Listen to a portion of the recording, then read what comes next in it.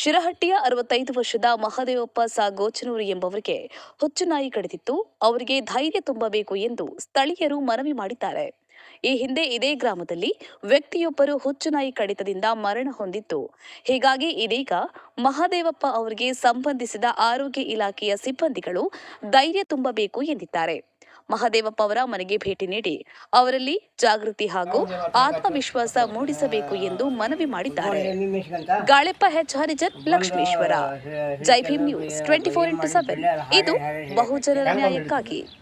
ಗುಜನೂರು ಗ್ರಾಮದ ಲಕ್ಷ್ಮೇಶ್ವರ ತಾಲೂಕಿನ ಗುಜನೂರು ಗ್ರಾಮದ ದಿನಾಂಕ 7/3/2026 ದಿನದಂದು ಈ ವ್ಯಕ್ತಿಯು ಒಂದು ತನ್ನ ಇರ್ತಕ್ಕಂಥ 2 ಎಮ್ಮೆಗುಂಡುಗಳನ್ನ ಒಂದು ಅಡವಿಗೆ ಅಂದ್ರೆ ಒಂದು ಜಮೀನಿಗೆ ಮೇಸಾಕ್ ಹೋದ ಒಂದು ಸಂದರ್ಭದಲ್ಲಿ ಸುಮಾರು ಊರಿಂದ 2 ಕಿಲೋಮೀಟರ್ ಇರ್ತಕ್ಕಂಥ ಒಂದು ಪ್ರದೇಶಕ್ಕೆ ಹೋದಾಗ ಸುಮಾರು ಮಧ್ಯಾಹ್ನ 2 ಗಂಟೆ ಸುಮಾರು ಆ ಒಂದು ಬಿಸಿಲಿನ ತಾಪಕ್ಕ ಒಂದು ಗಿಡದ ನೆರಳಿಗೆ ಕುಂತ ಒಂದು ಸಂದರ್ಭದಲ್ಲಿ ಏಕಾಏಕಿಯಾಗಿ ಒಂದು ಜಮೀನಲ್ಲಿ ಅಡವಿಯಲ್ಲಿ ಇರ್ತಕ್ಕಂಥ ಒಂದು ನರಿಯು ಆ ನರಿಗೆ ಹುಚ್ಚು ಹಿಡಿದಿರೋದ್ರಿಂದ ಆ ಒಂದು ಪ್ರಾಣಿಯು ಇವನ ಮೇಲೆ ಏಕಾಏಕಿಯಾಗಿ ದಾಳಿ ಮಾಡಿ ಸುಮಾರು ಇವನ ಒಂದು ಏನಪ್ಪಾ ಅಂದ್ರ ಇವನ ಜೀವಕ್ಕೆ ಕುತ್ತು ಬರುವಂತ ಒಂದು ಹೊತ್ತು ಬಂದಿತ್ತಂತ ಅವನ ಹೇಳ್ತಾನ.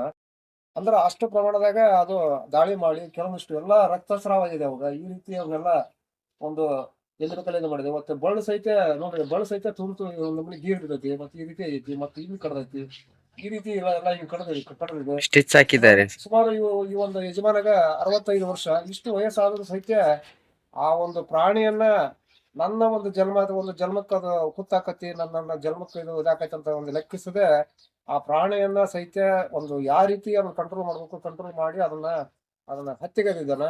ಆ ಒಂದು ನಿಜವಾಗಿ ಹೇಳ್ಬೇಕಂದ್ರ ಒಂದು ಕೆಲವೊಂದು ಸಂದರ್ಭದಲ್ಲಿ ತಾನೇ ಒಂದು ನಿರ್ಧಾರ ತಗೋಬೇಕು ಮತ್ತು ತಾನೇ ಒಂದು ಧೈರ್ಯ ತಗೋಬೇಕು ಅನ್ನೋದಕ್ಕೆ ಇದ ವ್ಯಕ್ತಿ ಕಾರಣ. ಮತ್ತ ಅಷ್ಟೆಲ್ಲ ಇಟ್ಕೊಂಡು ಸಹಿತ ಈಗ ನನಗೆ ಹಿಂಗಾಗೈತೆ ಅಂತೇಳಿ ಆ ಎಮ್ಮೆಗುಂಡು ಮತ್ತು ತಾನು ಸಹಿತ ಬಂದು ಮನೆಗೆ ಬಂದು ಮಕ್ಕಳಿಗೆ ಹೇಳಿ ಮತ್ತ ಅಲ್ಲಿಂದ ಜಿಲ್ಲಾಸ್ಪತ್ರೆಗೆ ಗದಗ ಜಿಲ್ಲಾ ಆಸ್ಪತ್ರೆಗೆ ರವಾನೆ ಆಗಿ ಆ ತುರ್ತು ಚಿಕಿತ್ಸೆ ಸಂದರ್ಭದಲ್ಲಿ ಸಹಿತ ಅವ್ರನ್ನ ಒಂದು ಚಿಕಿತ್ಸೆ ಕೊಟ್ಟಿದ್ದಾರೆ.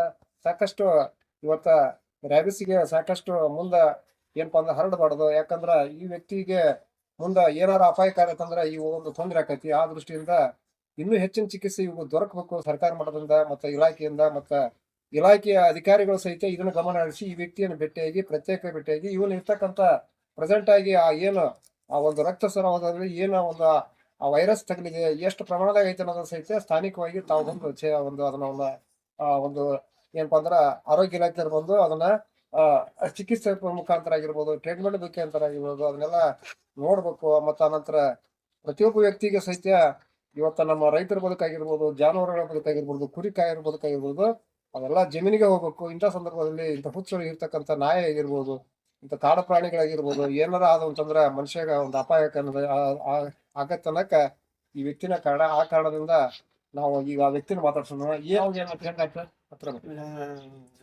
ಕುತ್ಕೊಂಡಿದ್ದೆ ಮೀಮಿಸ್ಕಂತ ಬಂದು ಹಿಡಿತದ ಏನ್ ಮಾಡಿ ಬಿಳ್ಳೆ ಹಾಡೇ ಹಿಡಿಯಕತ್ತಿ. ಹೆಂಗ್ ಬಂದ್ ಹಿಡಿತದೆ? ಹಳದ ಮಗ್ಲ ಹಿಡಿದ ನ್ಯಾಯ ಕುತ್ಕೊಂಡಿದ್ದೆ. ನ್ಯಾಯ ಕುತ್ಕೊಂಡಿಂದ್ರ ಬಂದ್ ತೆಕ್ಕಿನ ಬಿತ್ತದು, ಬಿದ್ದಿದ್ದ ಬಿಳ್ಳೆ ಎಲ್ಲ ಬಿಳಿದ. ನಾನು ಬಿಡಂಗಿಲ್ಲ ಅಂತ ಅಂದವನ ಕೊಂದ ಸಂಕಟಕ್ಕೆ ಜನ್ಮ ಸಂಕಟಕ್ಕೆ ಜಾರಿ ಬೇಕಾದ ಹೋಗಿಬಿಡಿ. ಕಿರಿಮಿ ಇರ್ತೈತಿ, ಬಳ್ಳು ಆಗೈತಿ, ಇದು ರಟ್ಟಿ ಮಟನ್ ಕಟ್ಟವ. ಅನಂತರ ಈ ಬಳ್ಳು ಸಹಿತ ಆ ಒಂದು ಇದಕ್ಕ ಸಹಿತ ಈ ರೀತಿ ಆಗಿದೆ. ಇಷ್ಟೆಲ್ಲ ಒಂದು ಅದಕ್ಕೆ ಹೊಲಿಗೆನೂ ಹಾಕಿದಾರೆ. ಮತ್ತೆ ಇಲ್ಲಿ ಸಹಿತ ಕಡ್ದಿದೆ.